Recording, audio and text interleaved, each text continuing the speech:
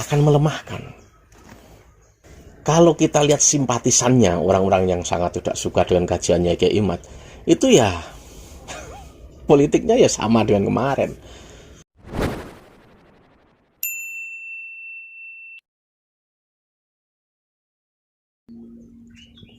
Assalamualaikum, selamat siang.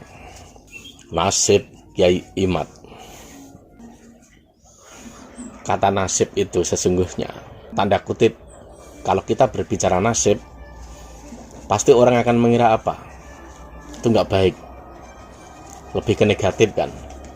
Sama seperti orang nyebut bau gitu. Kalau saat Anda nyebut bau, pasti konotasinya apa? Nggak enak kan begitu. Padahal ada bau wangi, ada bau nggak enak, ada nasib baik, ada nasib nggak baik kan begitu. Sesungguhnya kalau kita itu mau menonton seperti apa ya, seperti pola yang seperti denah pola yang luas, kita akan tahu munculnya seperti Gus Fuad Pleret, Kiai Imaduddin, banyaklah sampai TIJ, Gus Arya dan lain sebagainya. Bahkan termasuk juga mungkin akun ini KBN Nusantara, banyak. Itu karena apa sesungguhnya? Kegagalan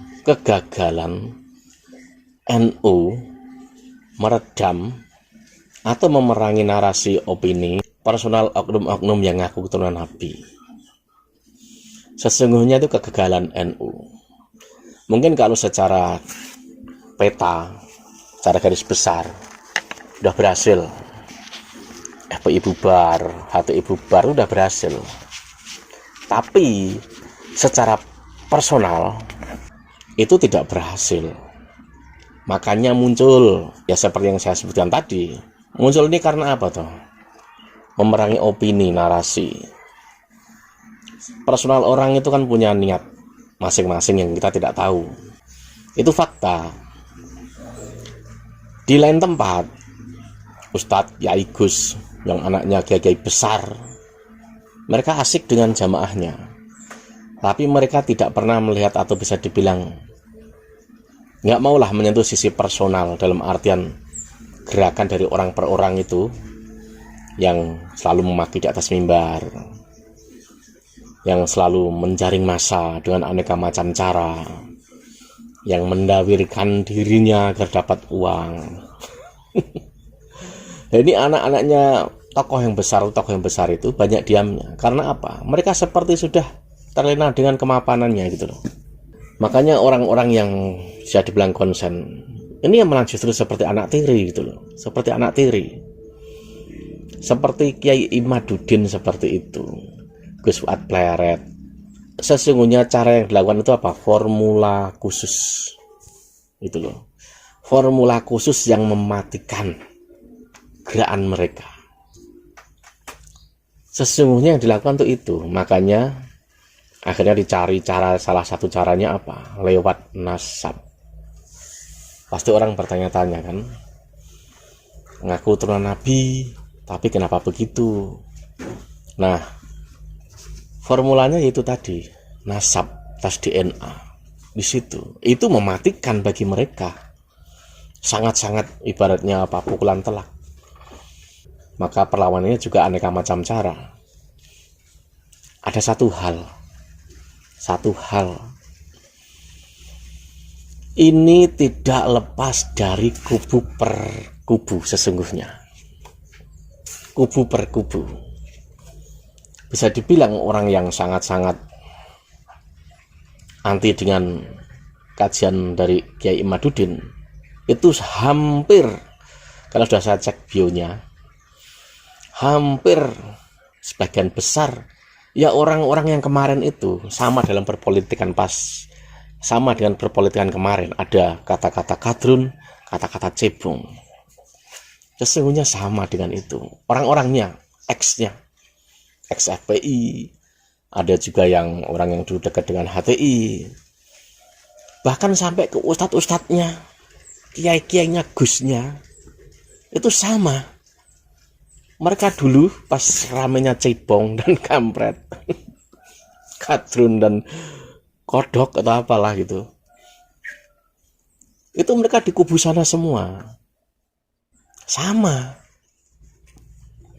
Kalau saya termasuk salah satu orang YouTuber yang jarang sekali itu memaki dengan kata-kata kadrun, itu jarang.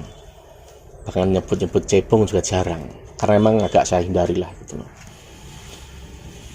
Nah ini orang-orangnya tuh sama, cek saja kalau nggak percaya. Si A, si B, si C, sisi politiknya, gerakannya pasti sejalur juga, sejalur.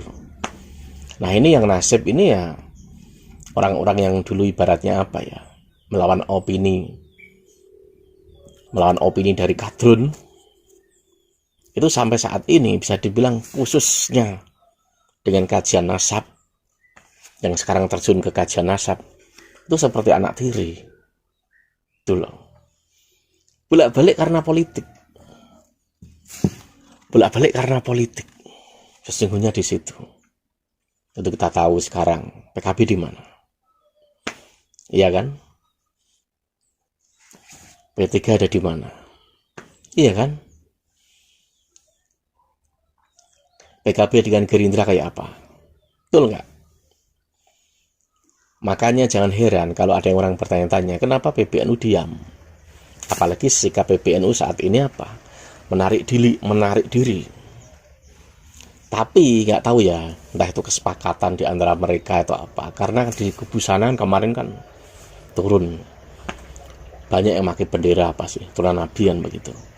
Nggak tahu kenapa PBNU menarik diri dari seakan-akan dari politik, memilih ABC seakan-akan menarik diri, padahal itu kelemahan.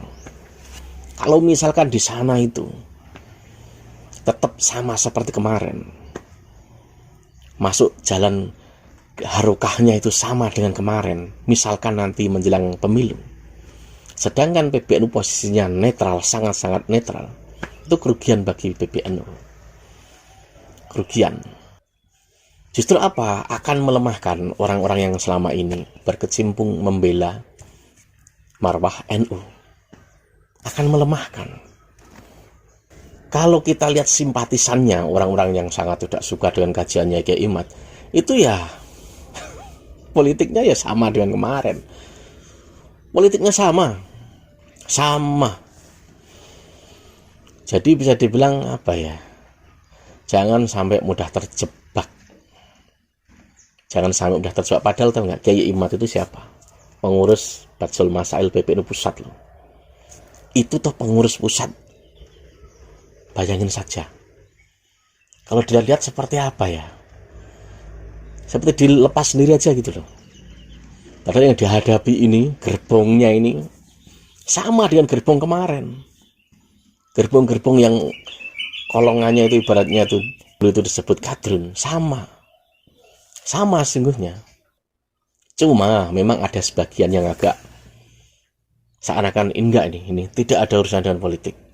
Tapi kalau dari jejak orang-orangnya yang dia tuh antipati, harokahnya, pilihannya ya di sana itu sama.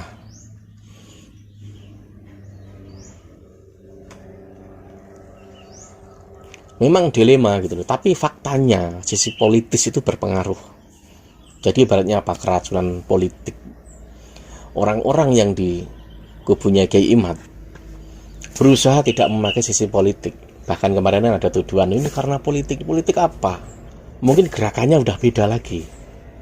Padahal kesalahan PBNU apa? Tidak ikut andil soal nasab Wali Songo. Padahal selama ini yang selalu teriak-teriak pewaris Wali Songo siapa? NU. Tapi kenapa PBNU absen, seakan-akan hanya diwakili dengan Kiai Imaduddin? Lalu tokohnya pada ngapain? Tokoh-tokoh besarnya pada ngapain? Yang punya pondok pesantren, santrinya ribuan banyak itu pada ngapain? Ya kan selama ini kan nggak pernah nyebut nama. Emang bagus kan nyebut nama, tapi memang gerakannya tuh yang mewakili ya para YouTuber yang aktif di YouTube ini, yang ibaratnya memperjuangkan Aswaja, moderat, NKRI, itu saja. Sedangkan yang dari PBNU sendiri nggak tahu.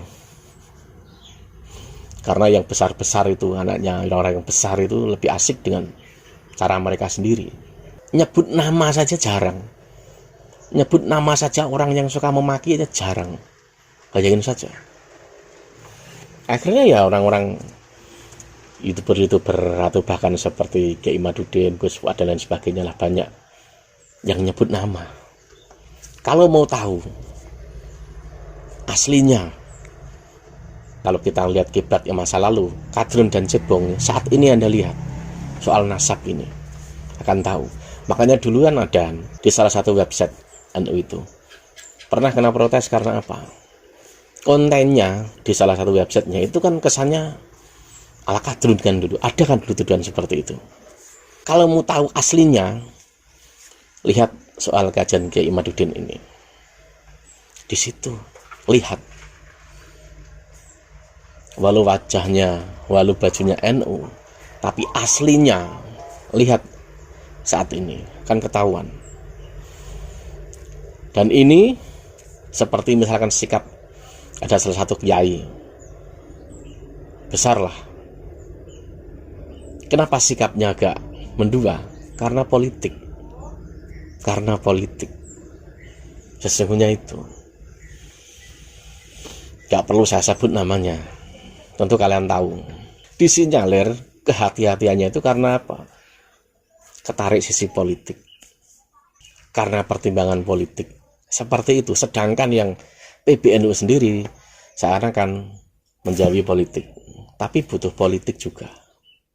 Nah kan, ya ini nasibnya Kiai Madudin.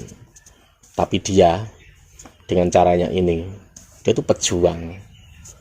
Gus Fuad, Kiai Madudin, banyak lah itu, gak mungkin ya sebut satu-satu. Mereka itu apa? Bisa dibilang pejuang menyetarakan. Dan anehnya PBNU abstain. Salah atau benar coba? PBNU dikenal sebagai pewaris Wali Songo. Saat ada kajian nasab Wali Songo, NU terkesan abstain. Gimana coba?